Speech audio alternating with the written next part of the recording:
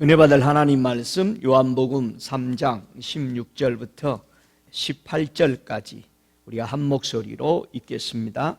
하나님이 세상을 이처럼 사랑하사 독생자를 주셨으니 이는 저를 믿는 자마다 멸망치 않고 영생을 얻게 하려 하심이니라.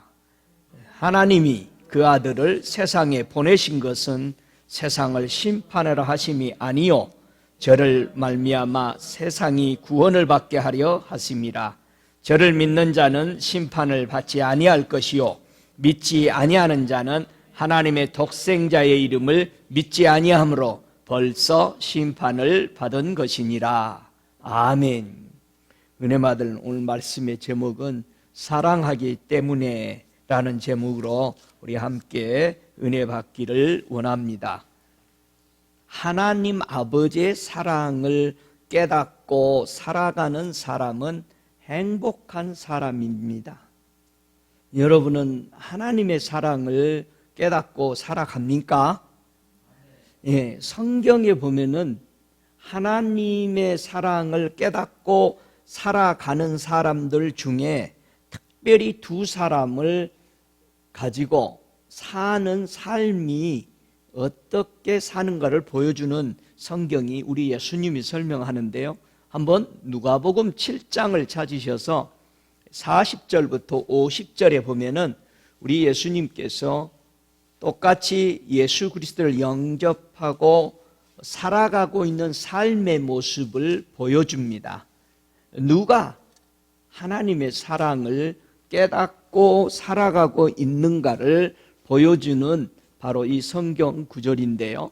자, 우리 누가복음 7장 40절부터 50절 천천히 같이 읽겠습니다. 예수께서 대답하여 가라사대 시몬아 내가 네게 이를 말이 있다 하시니 저가 가로되 선생님 말씀하소서. 가라사대 빚주는 사람에게 빚진 자가 둘이 있어 하나는 500데나리온을 줬고 하나는 50데나리온을 졌는데 갚을 것이 없으므로 둘 다 탕감하여 주었으니 둘 중에 누가 저를 더 사랑하겠느냐. 시몬이 가로되 제 생각에는 많이 탕감을 받은 자니이다. 가라사대 네 판단이 옳다 하시고 여자를 돌아보시며 시몬에게 이르시되 이 여자를 보느냐. 내가 네 집에 들어오매 너는 내게 발 씻을 물도 주지 아니하였으되 이 여자는 눈물로 내 발을 적시고 그 머리털로 씻었으며 너는 내게 입맛 주지 아니하였으되 저는 내가 들어올 때부터 내 발에 입맛 주기를 그치지 아니하였으며 너는 내 머리에 감난유도 붓지 아니하였으되 저는 향유를 내 발에 부었느니라. 이러므로 내가 네게 말하노니 저의 많은 죄가 사하여 줬도다. 이는 저의 사랑함이 많음이라. 사함을 받은 일이 적은 자는 적게 사랑하느니라. 이에 여자에게 이르시되 내 죄 사함을 얻었느니라 하시니 함께 앉은 자들이 속으로 말하되 이가 누구기에 죄도 사하는가 하더라. 예수께서 여자에게 이르시되 내 믿음이 너를 구원하였으니 평안히 가라 하시니라. 여기 죄인 두 사람이 예수님을 영접하고 죄를 용서받고 영생을 얻어 살아가는 모습 속에서 하나님의 은혜인 예수님께 입은 그 깊은 은혜를 깨닫고 사랑하기 때문에 그들이 어떤 행동을 하고 살아가는지를 우리 주께서 잘 설명해 주셨습니다. 이 두 사람은 죄와 허물을 용서받았지만은 삶에서 예수님을 사랑하는 그 모습이 다르게 나타나고 있더라라는 것을 우리 주님이 설명합니다. 예수만 영접하고 그냥 살아가는 이 시몬 같은 사람.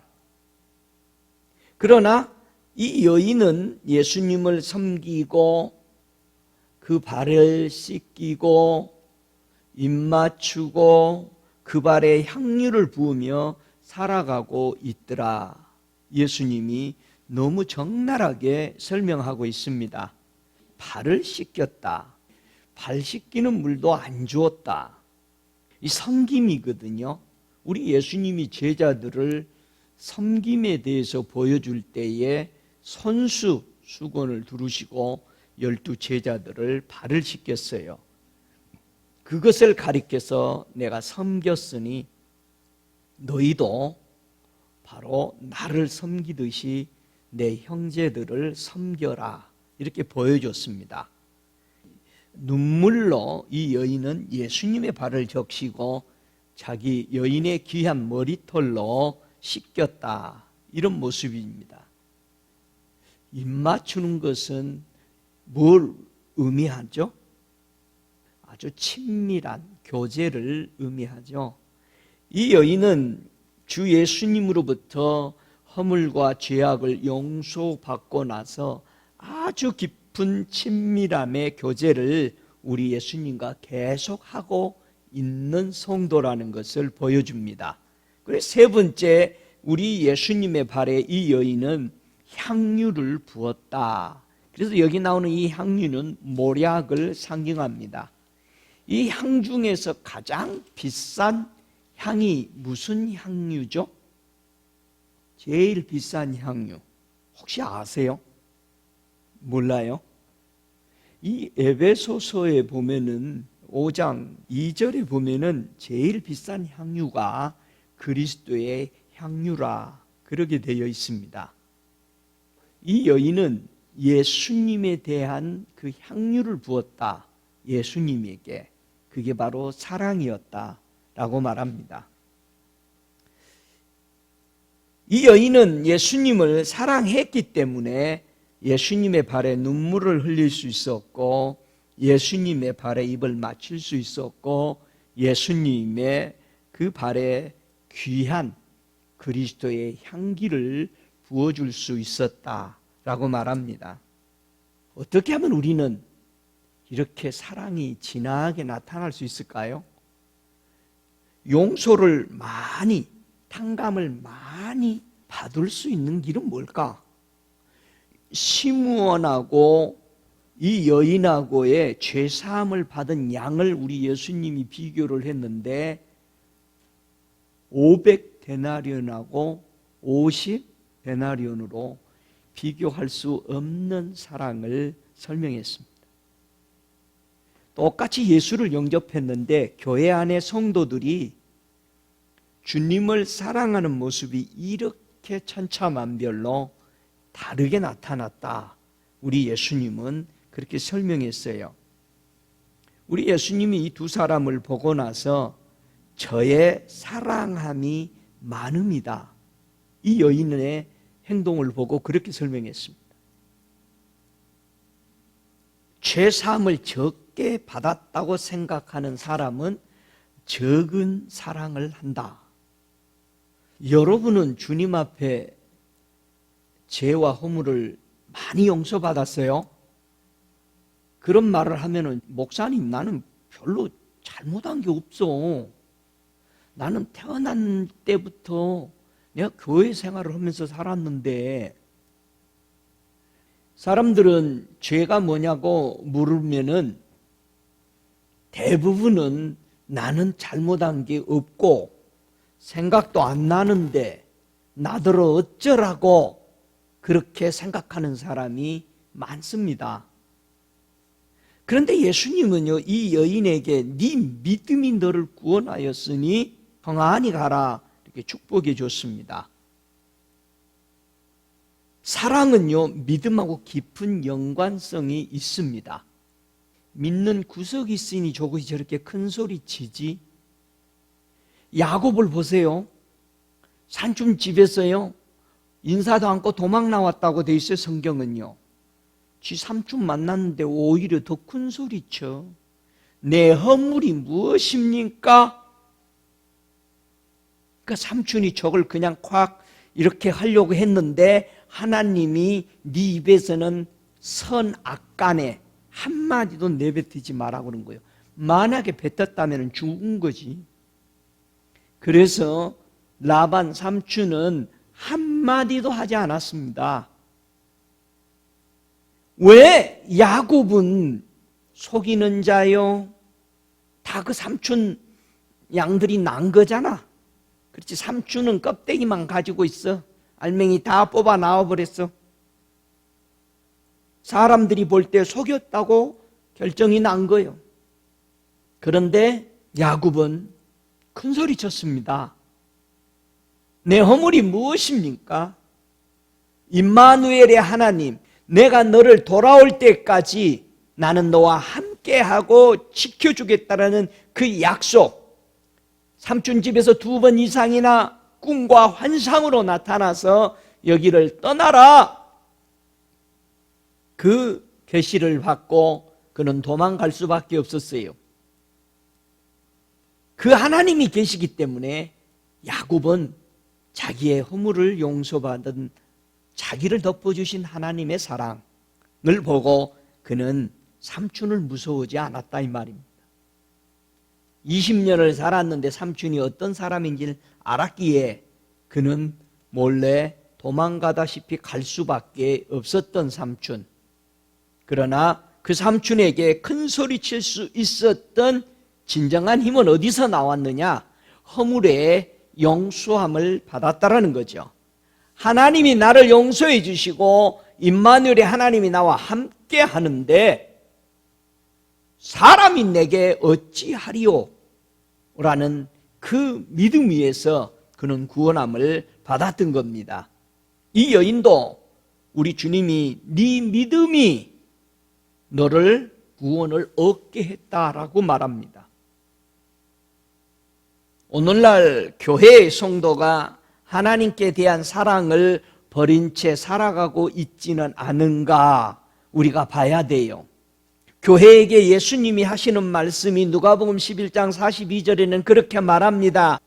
너희가 하나님께 대한 사랑을 버리는도다. 무엇 때문에 우리는 하나님의 사랑을 버리게 될까? 바로 종교적인 행사 때문에 하나님의 사랑을 버린다라고 우리 주님은 말하고 있습니다. 주님은 우리가 해야 될 일도 하지만은 사랑을 버리지 말라는 겁니다. 그 사랑은 바로 정의와 주님을 향하는 그 신임, 그 믿음과 주님을 향하는 그 자비하심, 긍휼을 베푸는 하나님. 사랑은요, 부모가 나를 긍휼히 여긴다라는 그 사랑이 그걸 깨닫지 못하면 안 됩니다. 그걸 잃어버리면 뭐가 되느냐? 종교 형식이 됩니다. 종교인은요, 하나님 사랑 안 합니다. 사랑할 수도 없습니다. 종교인들은 하나님의 사랑을 버렸도다라고 예수님이 하시는 말씀입니다. 아무리 열심히 일한다고 해서 거기 사랑이 있는 게 아닙니다. 의무가 있는 거지. 그래서 우리가 11조를 드릴 때에 하나님의 사랑을 버리지 말고 함께 드리라고 예수님이 설명한 겁니다. 너희가 율법보다도 먼저 생겼던 11조를 드리면서 하나님의 사랑을 버리지 말아라. 의무적으로만 하지 말라는 겁니다. 하나님에 대한 사랑이 그 안에 있어야 된다는 거예요. 긍휼과 정의와 믿음이 있어야 합니다. 교회가 하나님에 대한 자비를 버려버린다는 거예요. 하나님에 대한 믿음을 버리고 있다는 얘기예요. 하나님에 대한 정의로운 의로움을 버리고 산다는 겁니다. 그리고 내가 뭐를 하려고 하다 보니까 하나님의 사랑은 설 곳이 잃어버리게 됩니다. 어떻게 예수님하고 사랑을 많이 할 수 있을까? 여러분, 예수님하고 더 깊은 많은 사랑을 하고 싶어요? 답은 우리 예수님이 보여주죠. 사랑은 이렇게 한다. 자, 어떤 문제가 터졌을 때에 사랑하는 자와 사랑하지 못하는 자의 차이를 보여주죠. 마태복음 4장 6절에 보면은 우리 예수님께서 하나님을 사랑하심으로써 어떤 행동을 하게 되는지를 말해주고 있습니다. 4장 6절의 마태복음에 가로되 네가 만일 하나님의 아들이어든 뛰어내리라 기록하였으되 저가 너를 위하여 그 사자를 명하시리니 저희가 손으로 너를 받들어 발이 돌에 부딪히지 않게 하리로다 하였느니라. 분명히 이 예수님은요 하나님의 아들이시죠. 분명히 우리를 지금까지 하나님은 우리를 하나님의 자녀로 너무 많은 문제 속에서도 우리를 지금까지 건져주시고 우리 발을 돌에 부딪히지 않게 해주셨어요. 이스라엘 백성을 40년 동안 말썽 부리고 있었지만은 그들의 발이 부르뜨지 않고 돌에 그들의 신발이 헤어지지 않았고 그들의 옷이 헤어지지 않았습니다. 잘해서 해줬나요? 아니에요. 눈만 뜨면은 악한 생각들을 가지고 있음에도 불구하고 하나님은 그들에게 매일 보여주는 사인, 불기둥과 구름기둥을 통해서 24시간 하나님은 가동하시고 사랑을 공급해 주셨습니다. 우리 예수님도 똑같은 상황에서 우리 예수님은 하나님을 사랑하셨기 때문에 과연 무엇을 선택했을까? 이 마태복음 4장 7절에 보니까 예수님이 선택한 것은 이런 거였습니다. 예수님께서 이르시되 또 기록되었으되 주 너의 하나님을 시험하지 말라 하였느니라 하신대. 하나님을 시험한다는 것은 무엇을 의미하죠? 하나님을 사랑하지 않는다는 뜻입니다.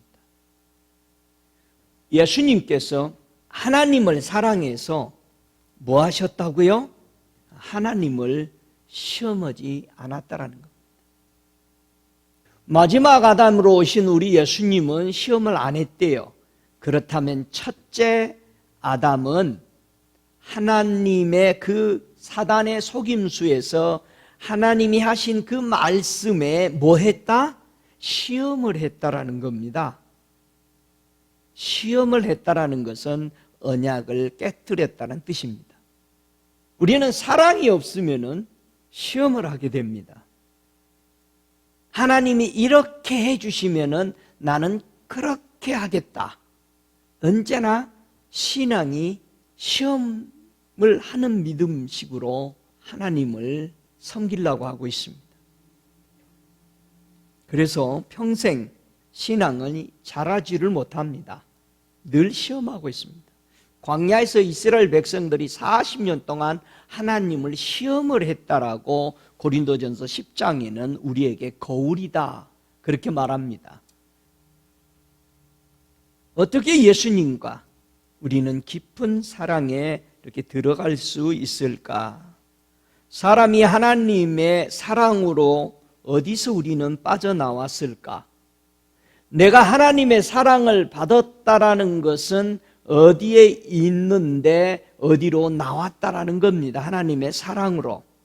이 누가복음 1장 79절에 보면은 우리가 어디에 있었는데 하나님의 사랑의 소식을 듣고 그 사랑을 받아들임으로 말미암아 내가 거기서 빠져나왔다라는 것을 보여주고 있어요. 그래서 누가복음 1장 79절에 어두움과 죽음의 그늘에 앉은 자에게 빛이 비춤으로 우리 발을 평강의 길로 인도해 주었다. 이렇게 되어 있습니다. 우리가 어두움에서 빛으로 나오게 된 것은 하나님의 빛을 받음으로 인해서 그늘이 매여 있는 사슬이 끊기고 어두움에 눌려 있는 것들이 깨뜨려지고 우리는 빛으로 나오게 된 겁니다. 그래서 우리를 보고 빛의 자녀라 그렇게 말하는 겁니다. 어둠의 자녀였더니 우리가 빛의 자녀, 하나님의 사랑의 선물인 예수님이 우리에게 가지고 온 사람의 생명의 빛, 그 하나님의 사랑의 빛, 그래서 사랑은 빛으로 설명하는 겁니다. 빚을 받았다라는 것은 사랑을 먹었다라는 것입니다. 하나님은 사람을 사랑하기 때문에 그의 아들을 어디에 내어준 겁니다. 사랑은 희생이라고 우리는 알고 있어요. 우리 하나님이 우리를 사랑하셨기 때문에 누군가가 희생을 했다라는 겁니다. 예수님이 희생을 했는데 우리 하나님의 마음은 너무나도 아팠다라는 것입니다. 창세기 3장 15절에 보면은 예수님을 어디에다가 내어주겠다라고 하나님이 사랑으로 인해서 아들을 바치는 겁니다. 창세기 3장 15절의 하반절에 너는 그의 발꿈치를 상하게 할 것이니라 그렇게 사단에게 얘기했습니다.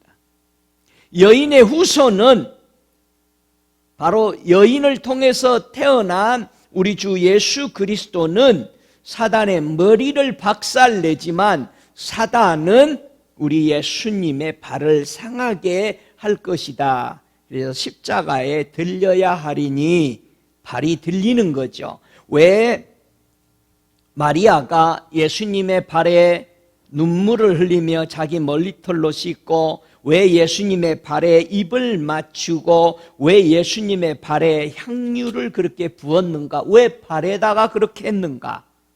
발은 무슨 의미를 가지고 있을까요? 분명히 성경은 우리에게 증명합니다. 우리가 사도행전 7장 49절에 보면은 하늘은 나의 보좌요, 땅은 나의 발등상이다 그렇게 말합니다. 로마서도 16장 20절에도 이런 말씀을 합니다. 평강의 하나님께서 속히 사단을 네 발 아래 상하게 하시리라. 모두 다 발이라는 의미는 굉장히 귀중성을 우리에게 나타내주고 있으면서 영생에 대해서 설명하고 있기 때문에 마리아는 바로 예수님의 발에 대해서 그렇게 귀중한 것을 섬기고 우리에게 가르쳐주고 주님은 말씀해 주고 있죠. 그래서 발 아래 둘 때까지 이 설명을 사도 바울이 성령에 의해서 눈이 열려서 설명하기를 하나님은 사람을 사랑하시기 때문에 하나님의 원수가 무엇인가를 우리에게 가르쳐 줍니다. 하나님의 원수가 무엇이에요? 여러분, 하나님이 창조한 사탄이 피조물이 하나님하고 대결할 수 없어요. 그게 원수가 아니요. 그러면 사랑하는가? 아니, 그런 뜻이 아닙니다. 원수로 보는 것이 아닙니다. 하나님의 원수는 뭐요? 다 같이 사망.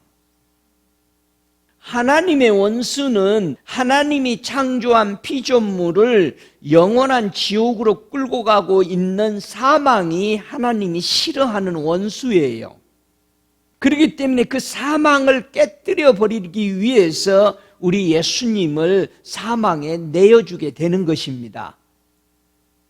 할렐루야. 그래서 고린도전서 15장에는 예수님을 통해서 이루실 일에 대해서 설명하죠.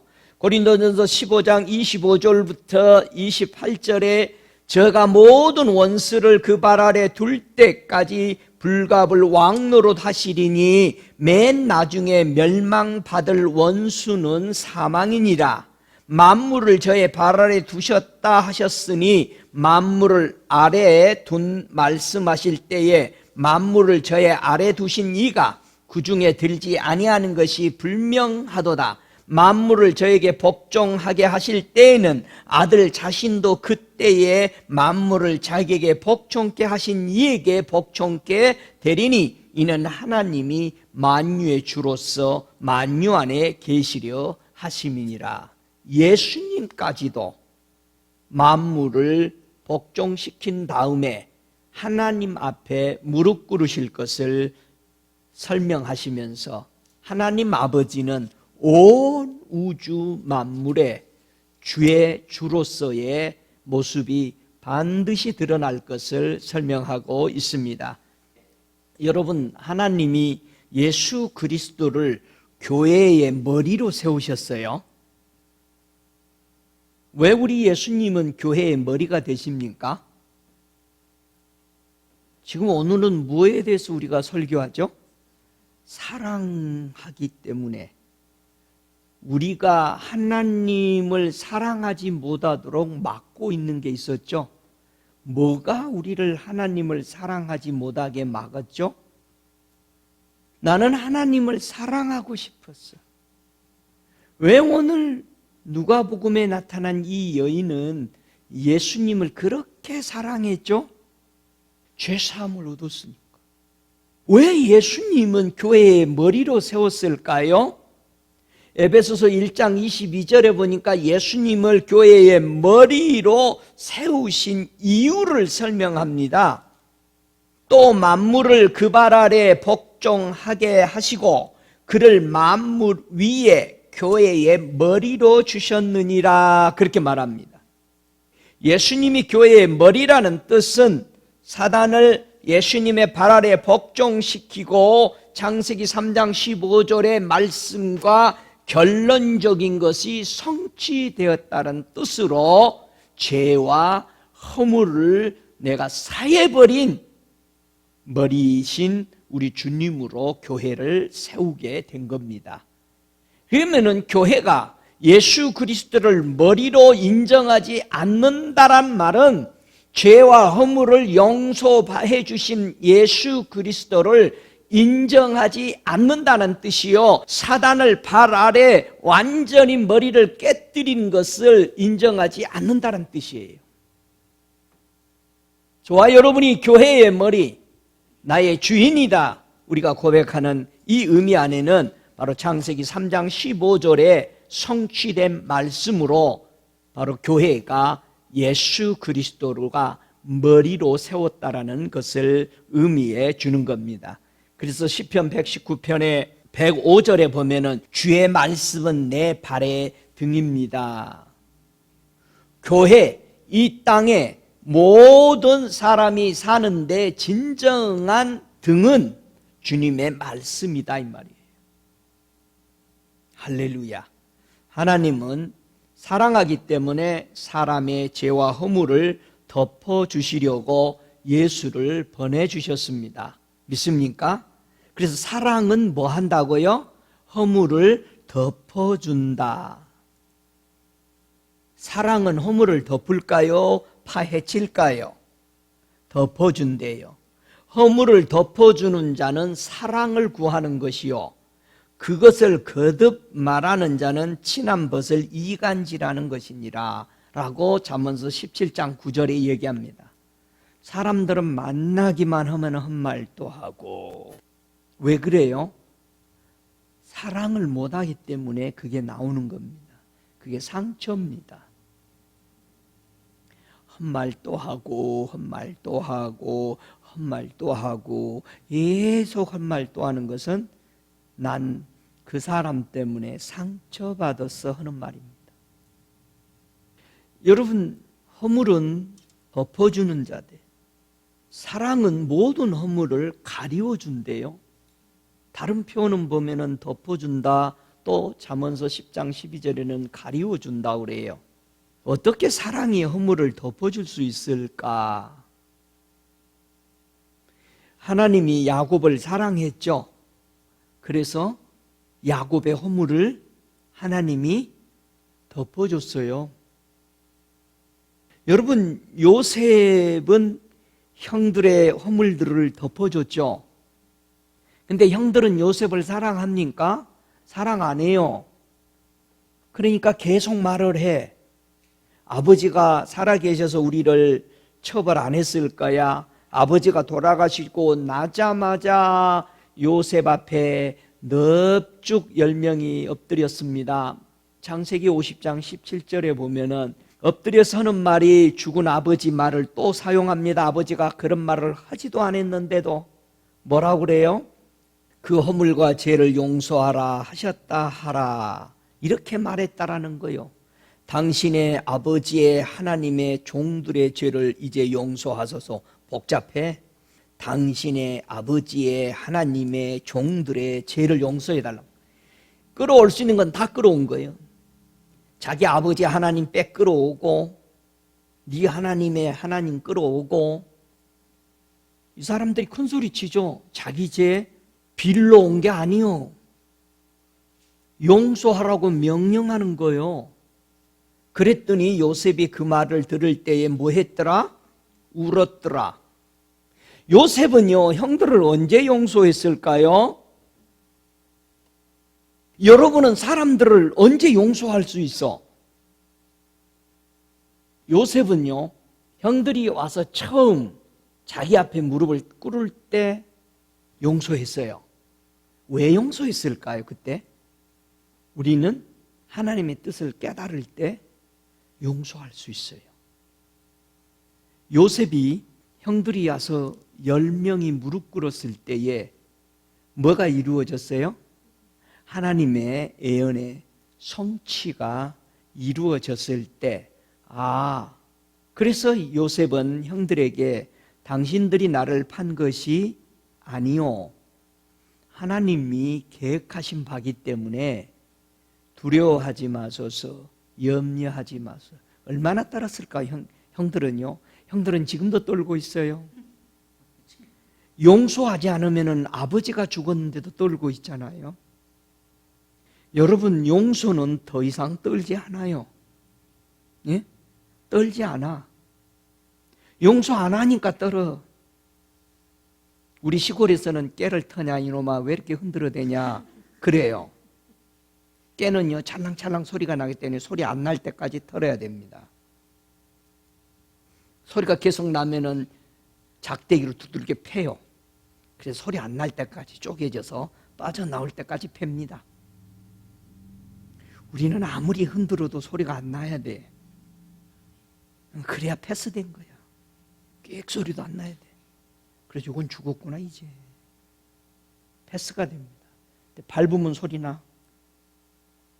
사람을 용서하고 품을 수 있는 것은 아무리 어려움을 저 사람이 나에게 주었지라도 용서할 수 있는 것은 하나님이 약속한 것이 내게 풀렸을 때는 모두 용서할 수 있었다. 그래서 요셉이 그때 방에 들어가서 많이 울고 나왔다고 되어 있습니다. 얼마나 힘들었으면 많이 울었을까요? 그런데 하나님의 뜻이 성취되고 나니까 더 이상 미워하는 게 없어져 버린 거예요. 예수님이 우리를 미워해요? 왜 예수님이 우리 안 미워하지? 미워하게 생겼잖아요.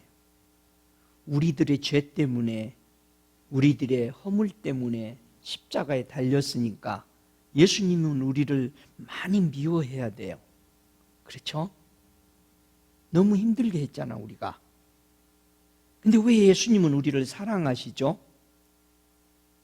하나님의 예언의 성취가 자기를 통해서 이루어졌기 때문에 그는 우리를 사랑하십니다. 아버지가 계획하셨구나. 할렐루야. 여러분, 하나님을 사랑하십니까? 왜 사랑해죠? 아들 예수를 통해서 그의 성취가 이루어졌기 때문에 우리는 하나님을 사랑할 수 있어요. 전에는 원수 되었었잖아요. 허물은 이탈이라는 뜻입니다. 어기다라는 뜻이죠. 변절되었다라는 것을 허물이라 말합니다. 반역하는 행위를 허물이다 그렇게 말합니다. 우리가 우상을 섬기면 하나님이 왜 용서해 줄 수 없는 이유가 뭘까요? 여호수아가 설명하는 아주 미묘한 뜻을 24장 19절에 한번 보실래요? 여호수아가 마지막 죽기 전에 이스라엘 백성에게 하는 말이 아주 의미심장한 말을 합니다. 여호수아가 백성에게 이르되 너희가 여호와를 능히 섬기지 못할 것은 그는 걸어가신 하나님이시요 질투하는 하나님이시니 너희 허물과 죄를 사하지 아니할 것임이라. 이렇게 말했습니다.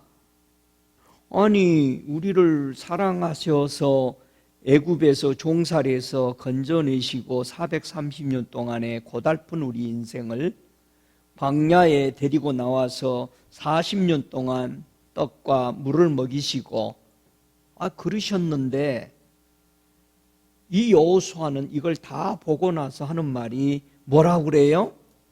너희 하나님이 너희의 허물과 죄를 사하지 아니하실 것임이라. 이게 무슨 말이요? 우리 하나님 믿을 수 없다는 뜻이에요? 이 말씀이 무슨 뜻이냐? 자, 질투하는 하나님이시니 이랬어요.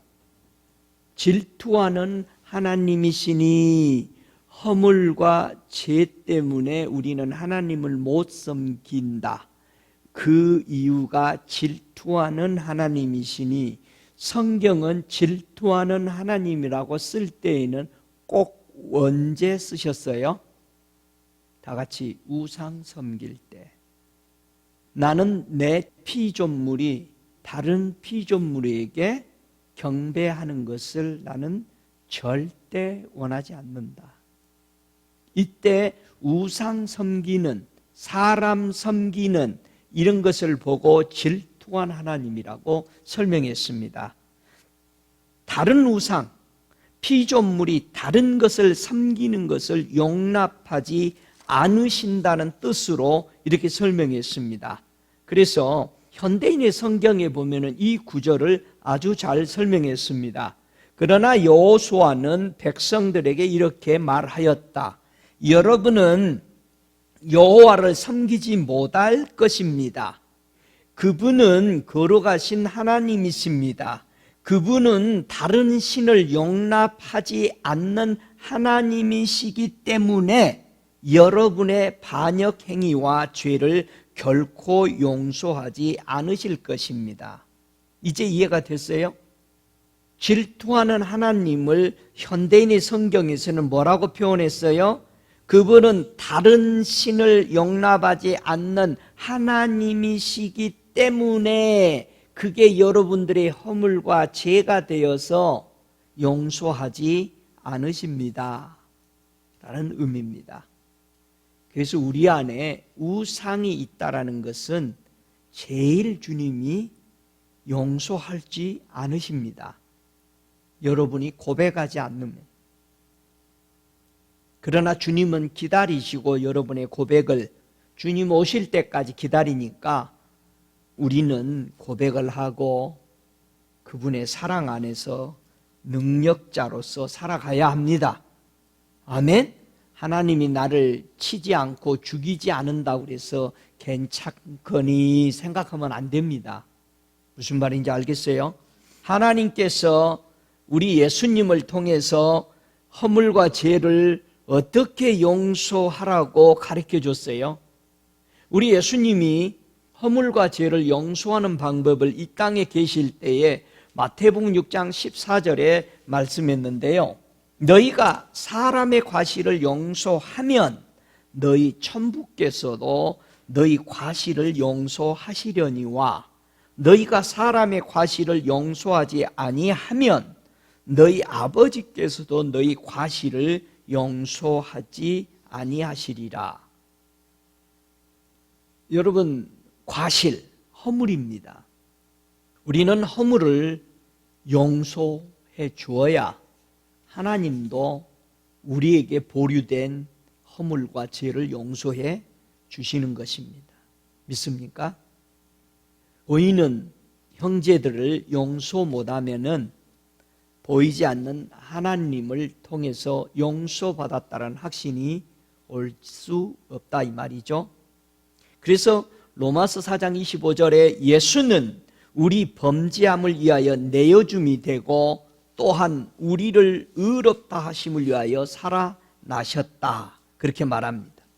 그래서 우리가 예수 안에 있다라는 것은 그의 은혜의 풍성함을 따라서 의에 그의 거룩한 피로 말미암아 우리는 구속함을 받고 죄사함을 받았다라는 의미입니다.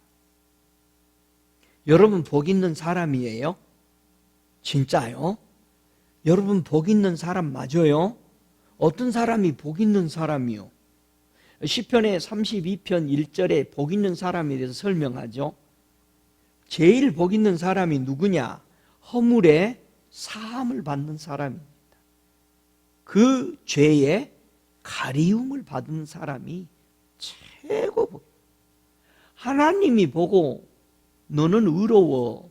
하나님이 내 편 되어주는 것은 하나님이 야곱 편이 된 거야. 하나님이 요셉 편이 되는 거야. 우리 하나님이 절대 예수님 편이라. 할렐루야. 하나님은 내 편이시라. 설교 좀 들어봤어요? 하나님은 내 편이시라. 이렇게 말할 수 있는 사람이 돼야 되겠죠. 하나님이 여러분의 편이 되시길 주의 이름으로 축복합니다. 왜 에서의 편이 안 되고 하나님은 야곱의 편이 되었어요? 에서는 하나님이 말씀한 장자의 네 힘의 기력의 시작이다. 자, 장자는요 부모의 기력의 시작이에요. 힘의. 그러면 다른 말로만 우리를 창조한 하나님의 기력의 시작이 되는 것이 장자야. 하나님의 힘을 꺾어버린다는 얘기야. 장자를 팔아버렸다는 얘기야. 하나님 얼굴에 똥 칠해버렸다 이 말이야. 우리 예수님이 땅에 계실 때 죄는 용서하시고 병을 치유하셨어요. 항상. 그러니까 치유가 있기 전에 항상 죄가 용서되는 것을 보여줬어요. 그것은 예수의 피로 우리의 행위록의 죄를 덮을 것을 보여준 거죠. 하나님은 예수님을 그래서 우리의 임금과 구주가 되게 하셨다라고 말합니다. 임금은 백성의 죄를 용서해 줄 수 있는 사람은 오직 임금밖에 없어요. 백성의 생명을 살리고 잘 살도록 해준 것은 임금밖에 없다 이 말이에요. 그래서 구주가 되는 거예요. 그래서 우리가 회개를 해야 되는데 회개는 어떻게 하는 것인가? 시편의 32편 5절에 보면은 회개 잘 하도록 하나님이 아주 잘 설명해 놨어요.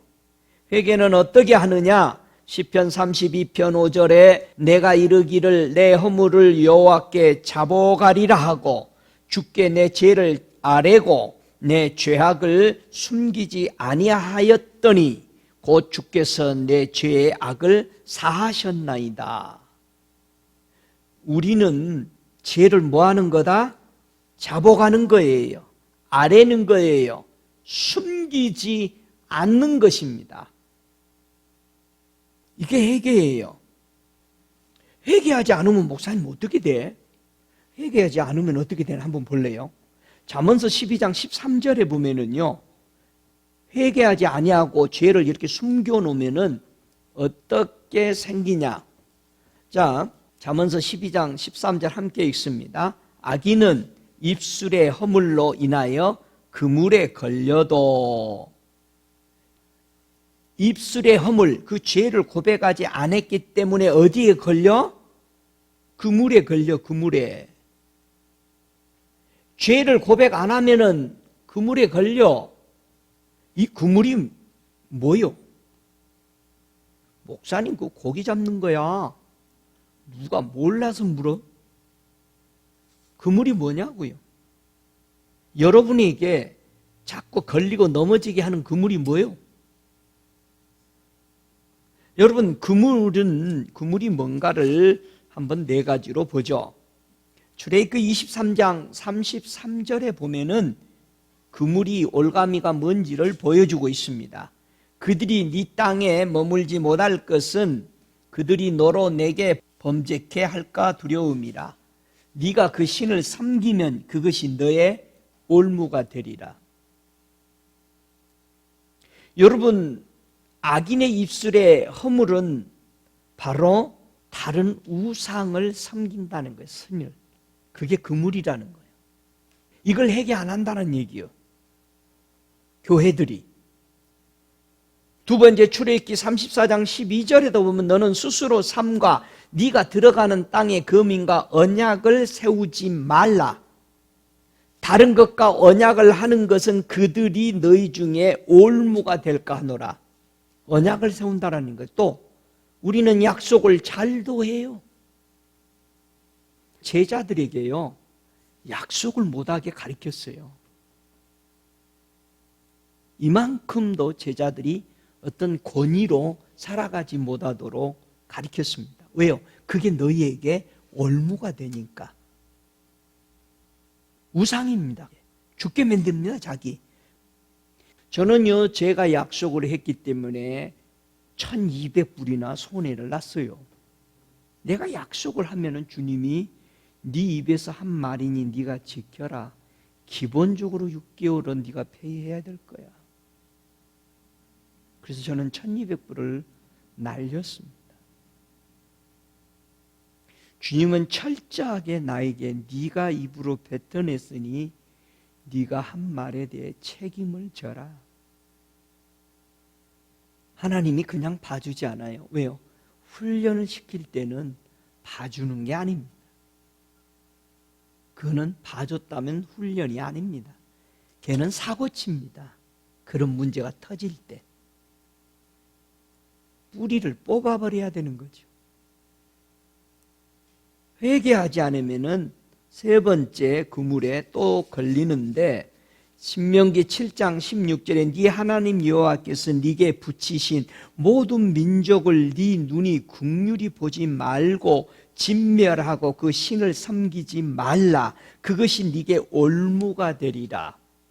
여러분, 이스라엘 백성들이 전쟁하면서 앞으로 전진해 나아갈 때 사울을 또는 많은 왕들이요, 다 죽이지 않고 자녀들과 처녀들을 데려다가 이렇게 삼잖아요. 종들로 삼고. 결국은 그 씨들이 커서 뭐 되죠? 반역을 일으키죠. 역사는 반복이 되잖아요. 이스라엘 백성들이 주님의 명령을 듣고 짐승 하나도 살리지 말라고 할 때에 아말렉을 쳤을 때 사울이 짐승을 살려놨어요. 또 많이도 아니고. 우리는 하나님의 명령을 따를 때에 긍휼히 보지 말라는, 시편에 수없이 주님이 미워하는 걸 미워하는 자, 그렇죠? 주님이 미워하고 있는데 가서 친구가 돼버리면 어떻게 돼요? 아무리 하나님을 잘 섬겼던 요사밧이라 할지라도 하나님을 거역하고 있는 그 왕과 혼인을 하고 그 왕이 전쟁 나갈 때 자기 백성들을 다 끌고 나가서 군인들을 나가서 함께 전쟁했을 때 하나님의 선지자가 와서 무슨 말을 합니까? 왜 하나님이 미워하는 사람과 가서 함께 전쟁하고 왔습니까? 왕이요. 여러분, 세상 사람들, 믿지 않는 사람들하고 친구 되라고 성경은 말하는 게 아니고, 전도만 하되 그들을 본받지 말고 따르지 말고 그들과 함께 먹지 말고. 그들에게 뭐를 배워요? 여러분들이 무슨 영향을 미칠 것 같다라고 생각하세요? 여러분이 영향을 주기가 쉬워요? 담기가 쉬워요? 위에 있는 사람 끌어내리기가 쉬워요? 밑에 있는 사람을 위로 끌어올리기가 쉬워요? 절대 우리는 하나님이 긍휼히 여기지 않는 사람을 우리는 긍휼히 여겨가지고 천사표처럼 행동하는 사람이 교회 안에 많이 있다, 이 말이에요. 그것이 바로 우상이 될 것이고, 하나님이 긍휼히 여기지 않는 것들이 그게 네게 올무가 된다. 네 번째, 사사기서 2장 3절에 그들이 너의 옆구리에 가시가 될 것이며 그들의 신들이 너희에게 올무가 되리라. 여러분의 매일 괴롭게 하고 마음을 아프게 하고 옆구리를 찌르는 가시가 뭔가 한번 보세요. 올무에 걸리지 않으려면은 어떻게 해야 될까? 누가 올무에 잘 걸리지 않느냐? 여러분, 지혜로운 자는 악인의 입술에 올무에 걸려들지 않습니다. 대부분 사람 말에 넘어지고 사람 말에 힘을 얻고 사람 말에 걸립니다. 그렇기 때문에 사람들의 말을 분별할 줄 아는 지혜가 돼야 됩니다. 영적인 것 외로 성령에 의해서는 아닌 것은 알 길이 없습니다. 사람들은 누가 말했으니까 들어주고 누가 말했으니까 들어주고 계속 거기에 맞물려 죽어가고 있습니다. 그 말이 어떤 배경에서 누가 했느냐가 중요한데 그 사람을 보고 빠져버린다 이 말이야. 저거는 누구를 넘어뜨리려고 하는 말이고 누구를 죽이려고 하는 말인지를 모른다 이 말이야. 사무엘상 18장 21절에 보니까 스스로 이르되 내가 딸을 그에게 주어서 그에게 올무가 되게 하고 블레셋 사람의 손으로 그를 치게 하리라 하고 이에 다윗에게 이르되 네가 오늘 다시 내 사위가 되리라 하니라. 여러분, 다윗은 사울의 딸 미갈과 결혼했어요, 안 했어요? 했습니다. 근데 미갈이 다윗에 사는 신앙생활에 올무가 되었습니까? 아니면은 올무가 안 됐습니까? 올무가 안 됐죠. 그렇죠? 그는 미갈의 올무에 걸려 넘어지지 않았습니다. 미갈이 아주 잘했죠. 다윗을 엄청 사랑했습니다. 아버지가 미워해도 사랑할 정도니까. 아버지가 다윗을 죽이려고 할 때도 우상으로 가려놔가지고 다윗을 피신시키고 그렇게 사랑했습니다. 잘했어요.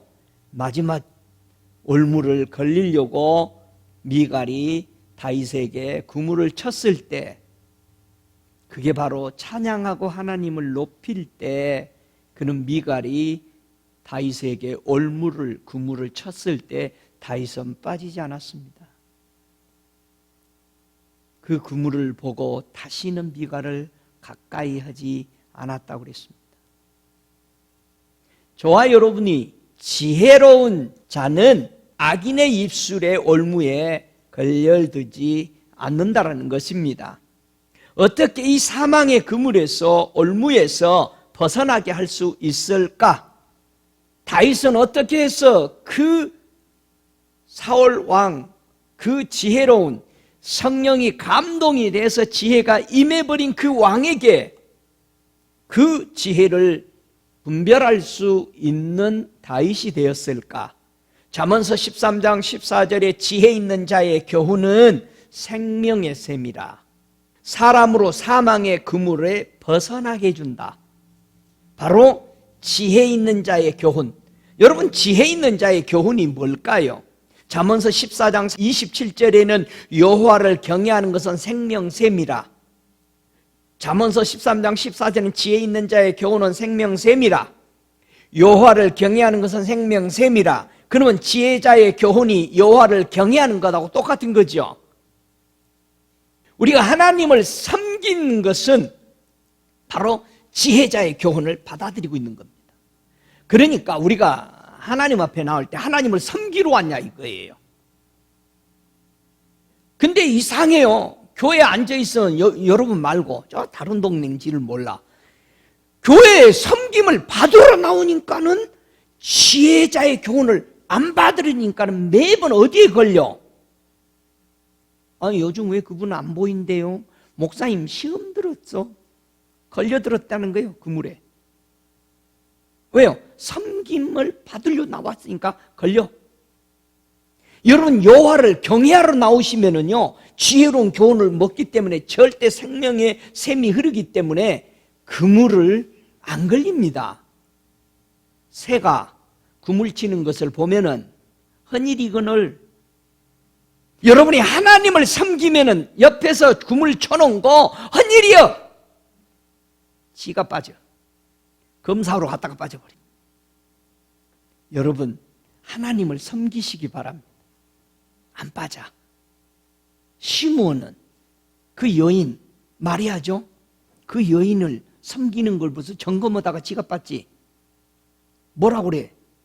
아니 예수님이 선지자면은 저 여인이 죄인인데 알 텐데. 좀 똑같은 예수 영접한 사람들이에요. 하나님을 우리는 경외하십시다. 그러면 지혜자의 교훈을 받습니다.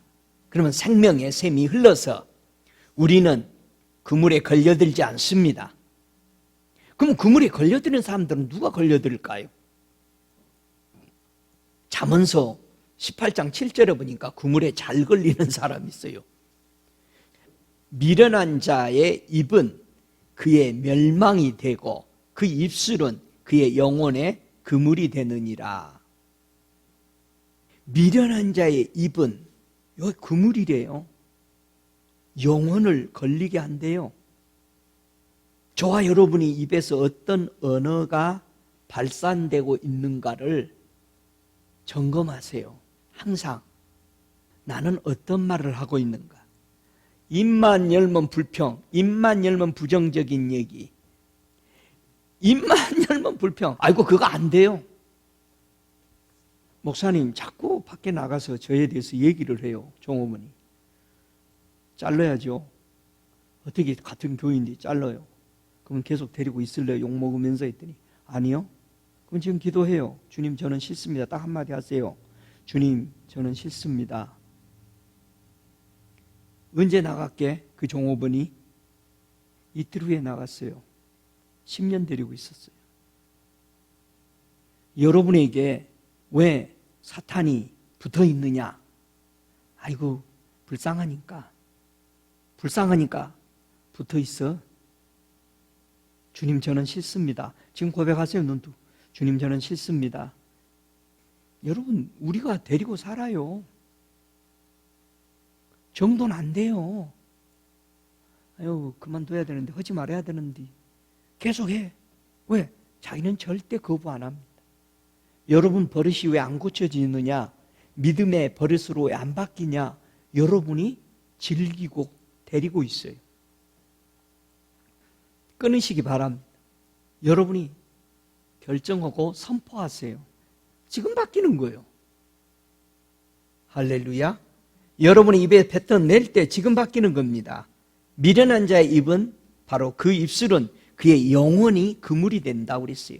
잠언서 29장 6절에도 악인이 범죄하는 것은 스스로 올무가 되게 하는 것인, 악인이 범죄하는 것은 스스로 올무가 되는 것이라고 말합니다. 여러분은 어느 쪽을 선택하며 살아가고 계십니까? 잠언서 29장 25절에 말합니다. 사람을 두려워하면 올무에 걸리게 되거니와 여호와를 의지하는 자는 안전하리라. 여러분 사람을 두려워하면서 신앙생활 하세요? 아니면 여호와를 의지하면서 신앙생활 하세요? 여러분이 선택해야 됩니다. 여러분 왜 하나님 앞에 영광을 계속 돌려요? 영광은 누가 받는 거요? 오늘 설교가 뭐요? 왜 사랑한다고? 허물과 죄를 용서해 줬으니까 사랑한다고. 왜 자기의 영광이 될까요? 왜 하나님께 우리는 맨날 영광 돌려요? 아유 우리 죄와를 용서해 줬으니까. 그게 자기의 영광이요. 왜 다 예수를 따라오죠? 내 허물과 죄를 덮어주니까. 허물과 죄를 덮어주면 자기 영광이 됩니다. 아이고 저 사람이 나를 죄인으로 취급을 안 하네. 내가 알고 보면 굉장히 나쁜 사람인데. 잠언서 19장 11절에 허물을 용서하는 것이 자기의 영광이니라. 예수님이 우리를 용서해 주니까 우리가 하나님만 보면 영광의 주야. 나 같은 사람을 받아주시는 영광의 주야. 여러분도 용서해볼만 해, 안 해? 다른 사람 덮어줄만 해, 안 해? 덮어줄만 해. 아니 너 부모한테 안 혼났냐?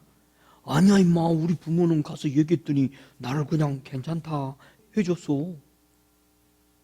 야, 네 부모 굉장하다. 야, 우리 부모님이 영광 받잖아요. 여러분, 우리 하나님이, 우리 예수님이, 성령님이 우리에게 하나님께 영광, 감사, 찬송을 여러분 입에서 막 이렇게 감동으로 막 나올 수 있는 거는요, 여러분이 죄와 허물을 용서받았다라는 것을 생각할 때 터지는 겁니다. 샘물이. 그러니까 춤추면서 여러분 다윗처럼 엉덩이 다 흘러내려면서 찬양 못하는 이유는 내가 그렇게 용서받고 나 같은 놈이 하나님의 자녀 되었다라는 것을 모르는 거예요. 그러니 춤을 추며 박수치며 감사 못하는 겁니다. 여러분 500데나리온을 빚을 탕감받았다 하면 춤을 추고 막 나올 거 아니에요. 집에 가면서. 이야, 이게 꿈이야 생신이야.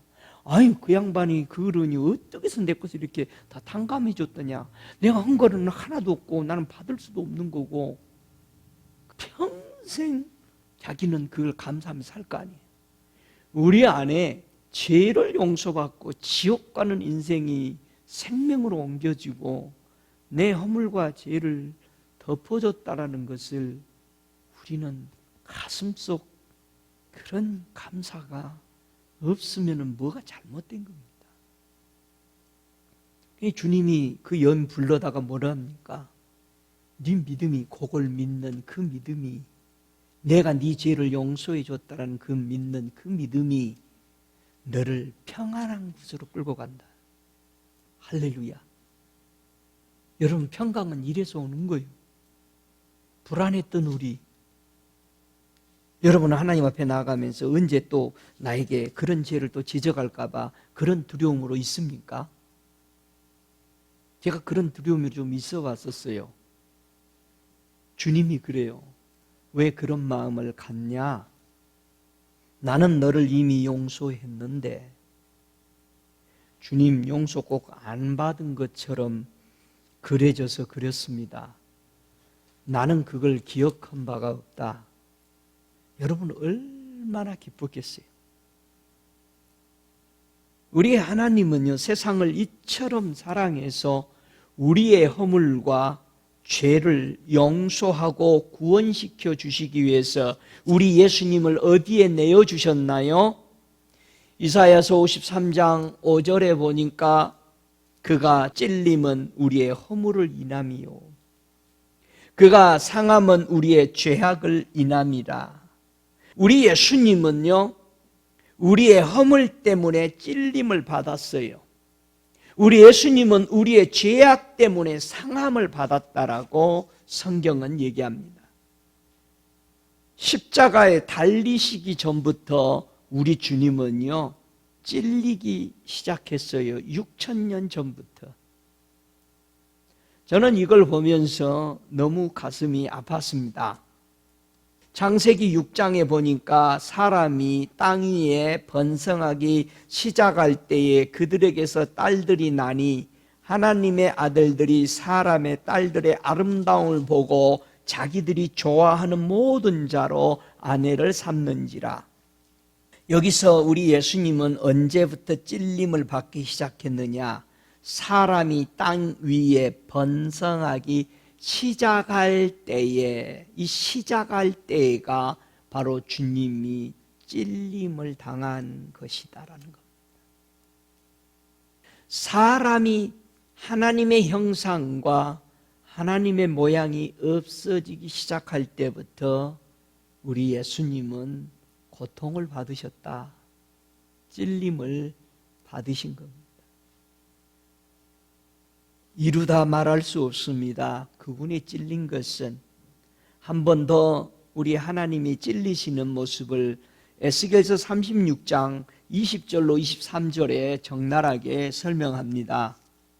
제가 먼저 에스겔 36장 20절로 23절 읽습니다. 그들이 이른바 그 열국에서 내 거룩한 이름이 그들로 인하여 더러워졌나니, 이게 찔렸다란 뜻입니다. 곧 사람들이 그들을 가리켜 이르기를 이들은 여호와의 백성이라도 여호와의 땅에서 떠난 자라 하였음이라. 그러나 이스라엘 족속이 들어간 그 열국에서 더럽힌, 요게 찔렸다 이 말입니다. 더럽힌 내 거룩한 이름을 내가 아끼노라. 그러므로 너는 이스라엘 족속에 이르기를 주 여호와의 말씀에 이스라엘 족속아 내가 이렇게 행함은 너희를 위함이 아니요 너희가 들어간 그 열국에서 더럽힌 찔림을 나를 받게 한 나의 거룩한 이름을 위함이라.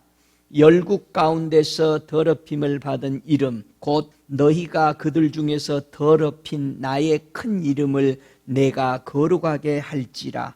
내가 그들의 목전에서 너희로 인하여 나의 거룩함을 나타내리니 열국 사람이 나를 여호와인 줄 알리라. 나 주 여호와의 말이니라. 우리가 하나님의 이름을 더럽히는 것이 그분을 어마어마하게 고통스럽게 찔리게 하는 것입니다. 우리의 허물과 죄가 우리를 어떻게 만들었습니까? 에베소서 2장 1절에 너희의 허물과 죄로 죽었다. 그래서 우리가 죽은 겁니다.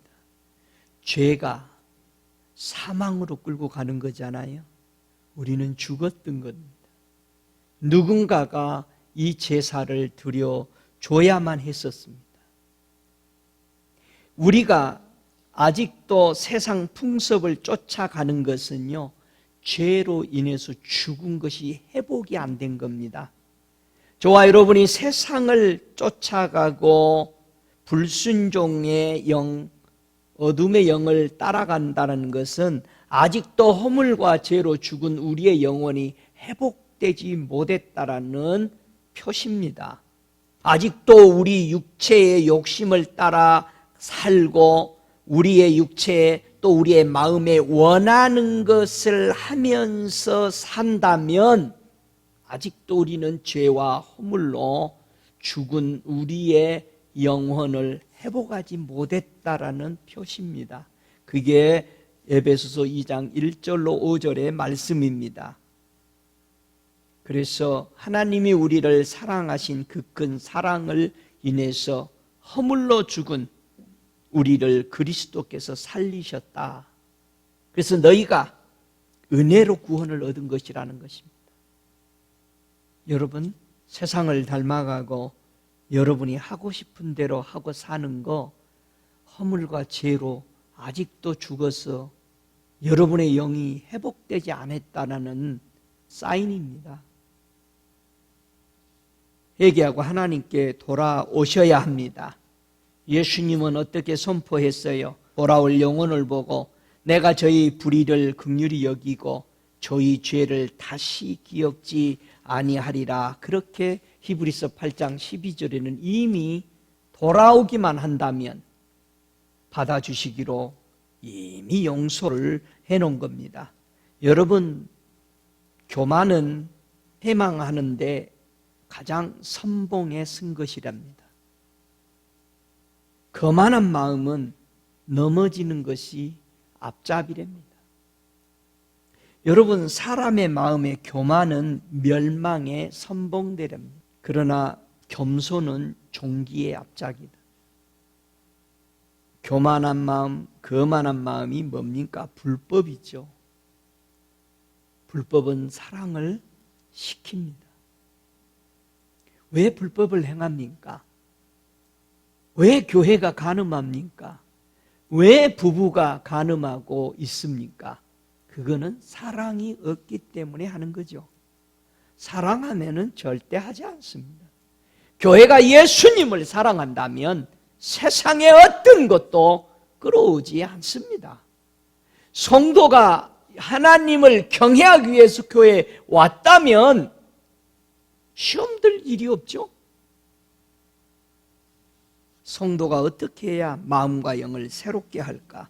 에스겔서 18장 31절에는 우리에게 말합니다. 너희는 범한 모든 죄악을 버리고 마음과 영을 새롭게 할지어다.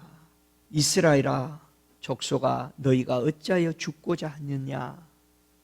여러분, 범한 죄를 우리는 버리고 회개할 때만이 마음과 영이 새롭게 회복이 됩니다. 우리가 아직도 세상에 관심이 많고 아직도 내 맘대로 살아간다는 것은 죄와 허물을 용서받지 못하고 회복되지 못했다는, 새 마음, 새 영이 되지 못했다는 것입니다. 우리는 회개하고 우리는 바로 서야 합니다. 믿습니까? 우리 하나님은 우리를 끝까지 사랑하시는 것을 믿으십니까? 오늘 하나님은 오늘도 누군가를 찾고 계십니다. 이사야 57장 15절에 보면 하나님이 찾는 사람이 있습니다. 지존무상하며 영원히 거하며 거룩하다 이름하는 자가 이같이 말씀하시되 내가 높고 거룩한 곳에 거하며 또한 통회하고 마음이 겸손한 자와 함께 거하나니 이는 겸손한 자의 영을 소생케 하며 통회하는 자의 마음을 소생케 하려 함이라 그랬습니다. 여러분, 우리가 치유받기 위해서는 예수께 와야 됩니다. 엘리야 시대에 많은 문둥병자가 있었는데 이스라엘 사람은 한 사람도 엘리야에게 가서 문둥병을 치유받은 사람이 없다라는 겁니다. 그러나 저 이방 사람 나아만이란 사람은 그의 문둥병을 치유받기 위해서 왕의 허락을 받고 근본함은 길을 찾아와서 치유받았습니다.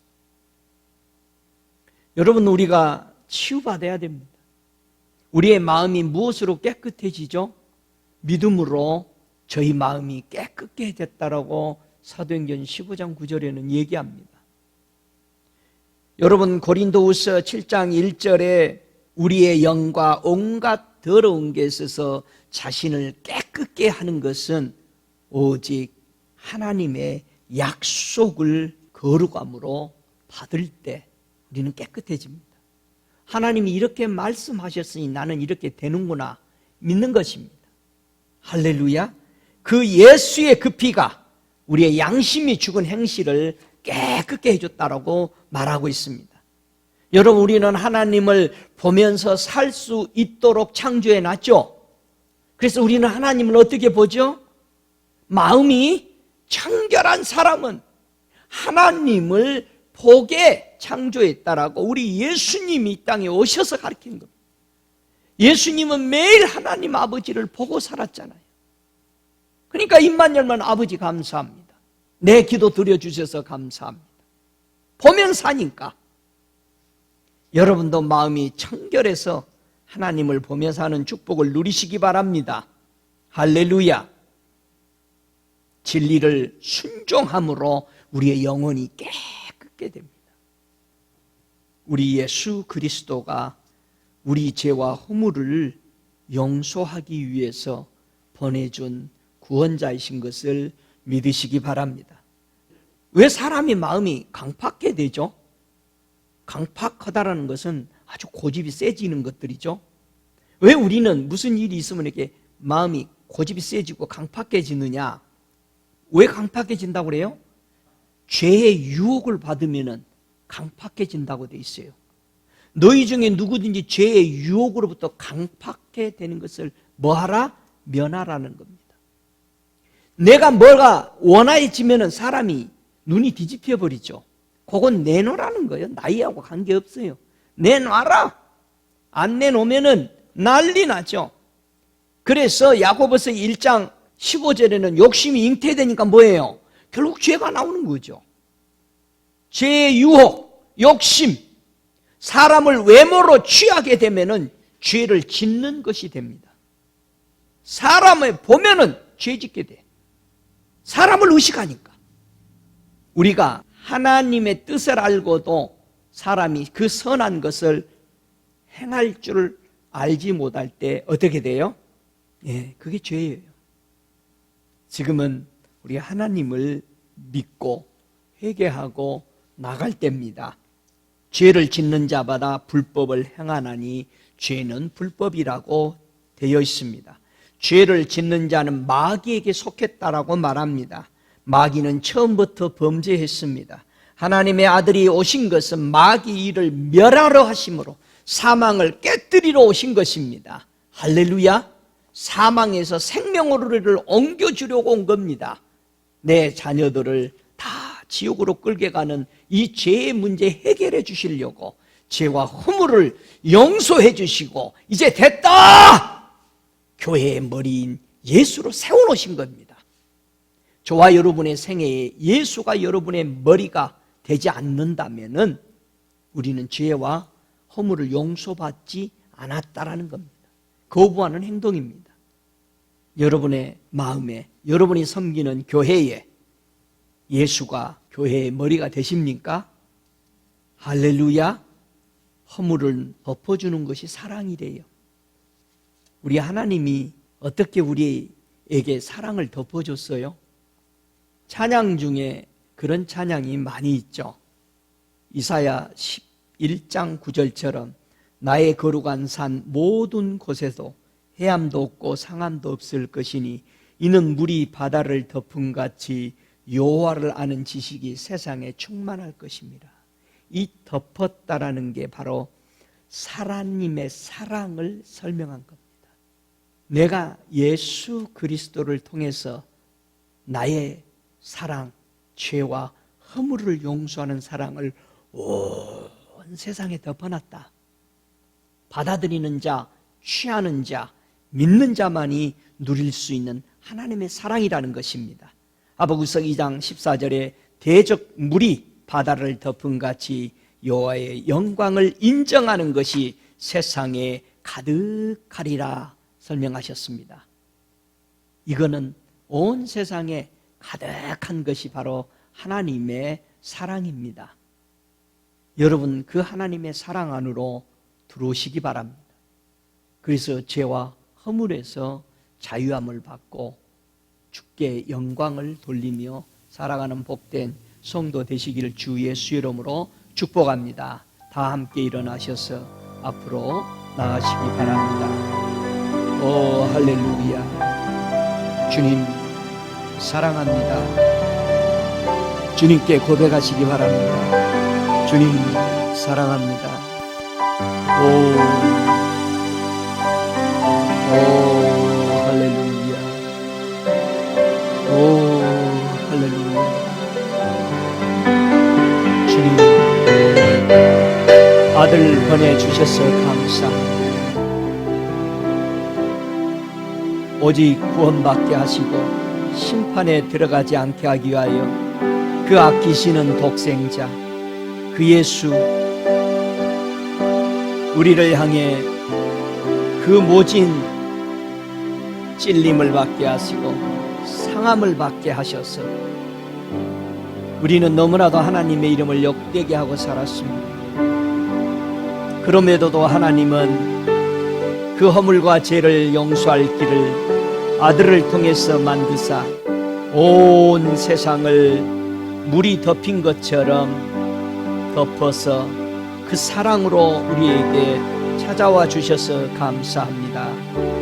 지금은 우리 주 예수 그리스도의 은혜와 아버지 하나님의 극진하신 사랑하심과 성령의 내주하시는 역사하심이 다시 오실 우리 주 예수 그리스도를 기다리며 하나님의 그 사랑 안에서